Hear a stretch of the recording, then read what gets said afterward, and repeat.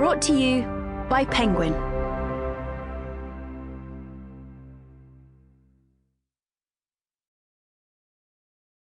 Wedding Bells at the Wartime Bookshop by Lesley Eames. Read by Polly Edsell. Prologue, June 1942. The room is quiet, except for the purposeful slice of scissors as they cut through newspaper. It's evening, and the curtains are fully closed, not only because blackout rules insist that no light should escape, but also to stop prying eyes from seeing what's afoot inside the room.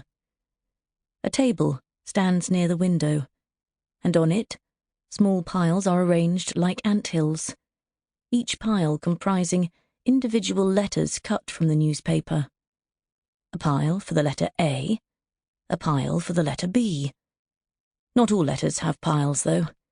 X is unlikely to be needed, and neither is Q.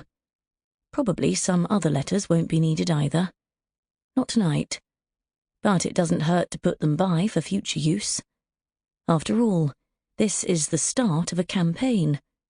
All being well. Whether it works remains to be seen, but, based on information received, there's hope. Definitely hope. Enough cutting? For the moment. The newspaper is folded back up, and the scissors set aside.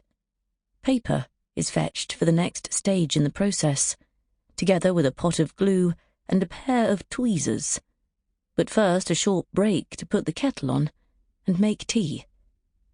The tea is brewed and poured, the cup and saucer being carried back to the table so the next task can begin. A letter W is selected with the tweezers, dipped in glue, and placed on the paper. A letter E follows, then an L, and then another L. In less than 10 minutes, the task is finished. A moment is taken to study the result, and this leads to a satisfied smile, because it's perfect. The paper needs to be left for a while so the glue can dry. It'll lose some of its impact if any of the letters are dislodged or smudged, and the intention is for the impact to be powerful. Meanwhile, there's an envelope to prepare. Glued-on letters can't be used because the envelope needs to pass through the postal system without raising eyebrows or suspicions. A typewriter would be helpful. Nicely anonymous. But no typewriter is available, so the envelope will have to be written by hand, with the writing disguised. A few trial runs are made by copying the shapes of letters in the newspaper onto a scrap of paper. Then it's time to write on the envelope. Slowly, carefully, the letters are added, and a study of the finished result leads to another satisfied smile. There's an awkwardness to the envelope's appearance, because the flow of regular handwriting is absent. But it should get the job done well enough, the name and address being crystal clear. Mrs. Naomi Harrington, Foxfield, Churchwood, Hertfordshire. Chapter 1. Churchwood, Hertfordshire, England. Naomi.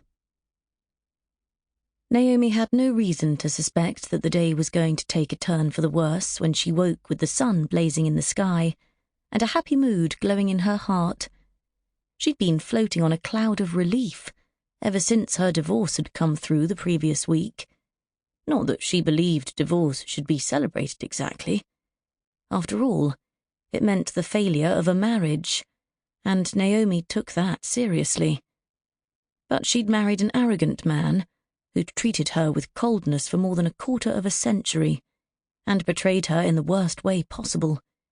So who wouldn't be glad to be free of him at last, especially since happiness beckoned with a much nicer man? There were other things to appreciate too. The divorce meant that Foxfield, her home for most of her adult life, was hers now. It was the largest and loveliest. Sample complete. Ready to continue?